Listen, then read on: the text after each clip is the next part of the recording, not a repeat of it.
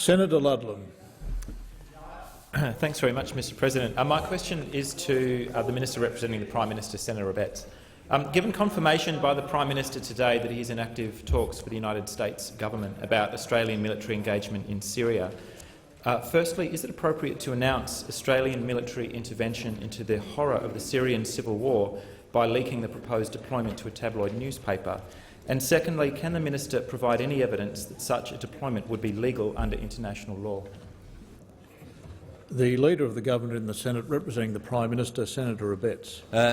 Mr President, what the honourable senator is seeking to do by the assertion that it was leaked to a tabloid newspaper is something that, of course, I will not accept. And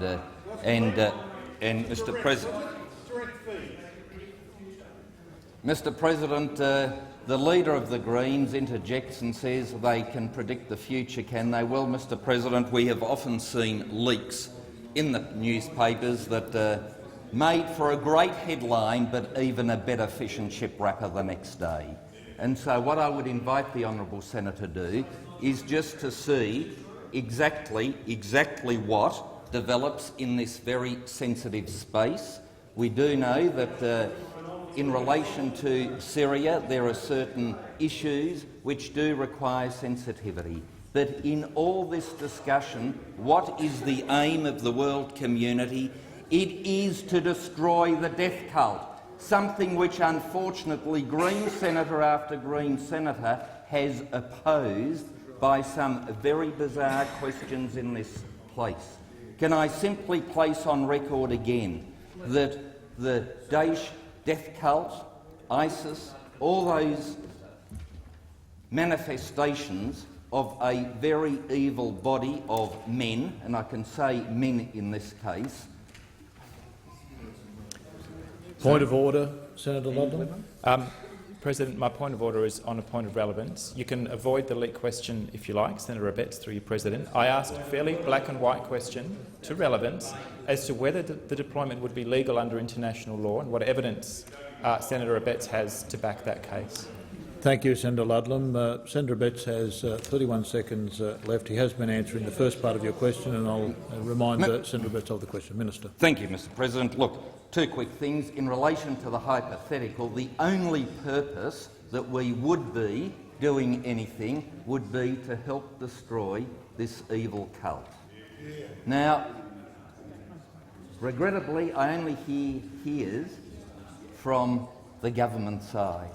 I would have thought the Greens might have been able, for once, to be able to agree to that. In relation to legal advice, the government rarely makes that available, as is well known. Thank you, Minister. Senator Ludlam, a supplementary question. Yeah, thanks, Mr President. The UK Prime Minister David Cameron has said he would seek support of his MPs to begin bombing raids in Syria. And it's interesting to note that when Westminster last voted on that question in 2013, they voted no. Will the government commit to bringing any deployment proposal into Syria before this Australian Parliament, before the ADF is committed to involvement in Syria? Minister. Mr President, this is a question that the Greens ask with a degree of regularity, and it's good to see they're at least consistent on one policy position, and that is that they don't seem to support any action against this evil death cult.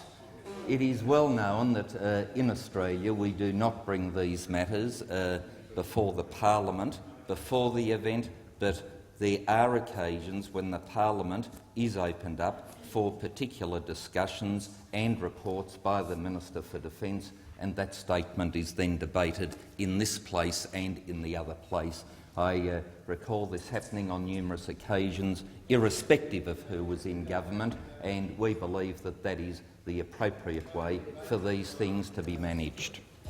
Thank you, Minister. Senator Ludlam, final supplementary question. Yeah, thanks, President.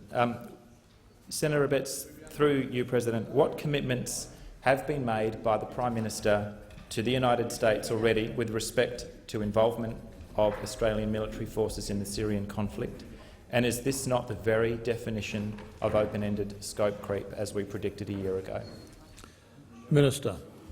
Mr President, one, I reject the description, and the statement that was asserted by Senator Ludlam in his question, can I simply say that this is an evil death cult which has ramifications all around the world, including in Australia, and we do need to take decisive action. What that decisive action may or may not mean will be determined by us as to what is in the national interest and in the international interest according to the rule of law. And can I tell you one thing? The death cult has never abided by the rule of law, and we see their behaviours around the world as evil, and Senator Ludlam shakes his head.